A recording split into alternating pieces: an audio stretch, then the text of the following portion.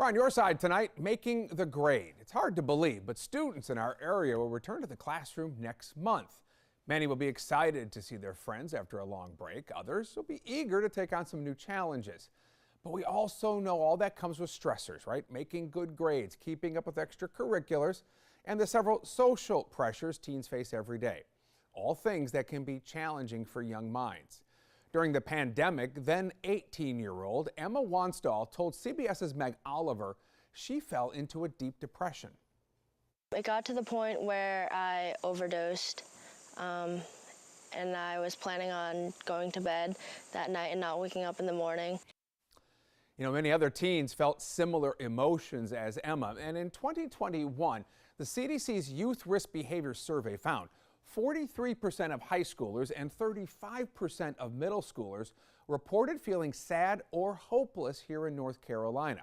But there's been a recent glimmer of hope. The survey has been conducted in an odd number of years, like I said, since 1993. And for the last decade or better, we were seeing these negative trends in several areas of mental health. And finally, in 2023, we've seen several different data points take a turn to the positive side.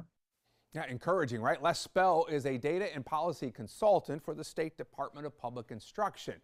He says fewer of our students are reporting feelings of sadness and hopelessness. The CDC's 2023 Youth Risk Behavior Survey found 39% of high schoolers reported those negative feelings. 32% of middle schoolers said the same. Now, still high, but both are down from 2021. The percentage of high school students who seriously considered suicide also dropped to 18% in 2023 from 22% in 2021. Now, the obvious reason here is we're now recovering, right, from the COVID-19 pandemic, the lockdowns, remote school, the health worries. All those combined led to some of the worst levels of mental health ever recorded in kids. But Les Spell says there are some other factors leading to this positive shift.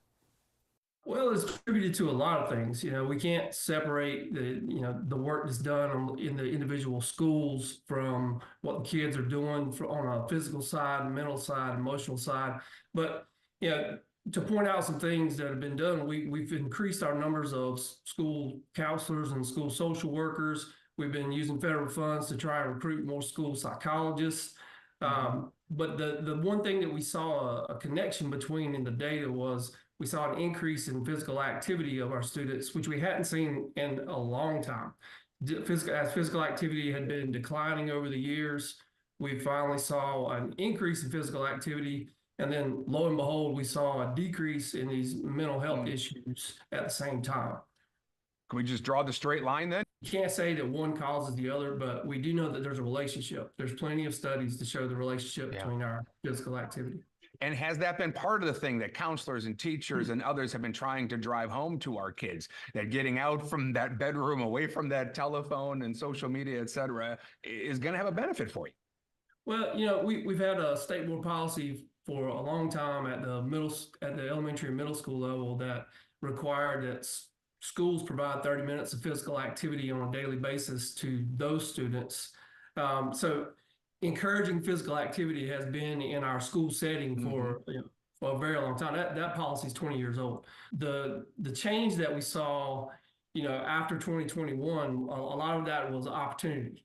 The physical activity opportunities may not have been there for our 2021 data. The pandemic accelerated a lot of these things, right? But we were on a kind of a troubling trend before that, right? Touch on that some more. Yes, we were. If we go back to 2013, you know, 10 years prior to 2023, we started seeing the things ticking up it was actually after 2011. Like students who seriously considered suicide, it was increasing a point or two, a couple of points here or there every time we did the survey, and until it really jumped in 2021. As you've talked to teachers, you know, over these years, right, and they saw sort of these troubling trend lines, is it something they noticed, you know, in their kids, and what kind of impact did that have on them? Well, you know, we've got our teachers were suffering as well. You think your teachers care about you? We've been tracking that for a while, and we had seen that go down. over the years, and kind of think that's a reflection of not really the way that the teachers felt towards the kids. It was just the kids perceived this because the teachers were struggling themselves. And so we've got a grant in the works right now that hopefully will get more funding to try and recruit school psychologists from outside of North Carolina into North Carolina.